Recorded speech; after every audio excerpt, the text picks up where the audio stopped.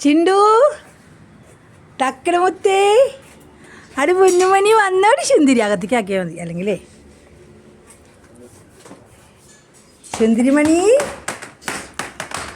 ചിണ്ടുകുഞ്ഞി കൊതിച്ചോ അച്ചു ഇല്ലേ അച്ചി കുളിച്ചില്ലേ കുട്ടി നമ്മുടെ വീടെത്തി അച്ചു അവൻ്റെ ബോള് പാവപ്പെട്ട് തരാട്ടോ പോണ്ട പുറത്ത് വേണ്ട ബാ പൊന്നൊന്ന് ഇടിക്കട്ടെ അമ്മ ഒന്ന് ഇക്കട്ടെ സുന്ദരിയെ സുന്ദരി വരാണ്ട് പറയും ഞാൻ വന്നു അപ്പം പാപ്പൻ തരാം മുത്തുമണിക്ക് നമ്മുടെ വീടെത്തിയിട്ട് സുന്ദരി മീമിച്ചരാട്ടോ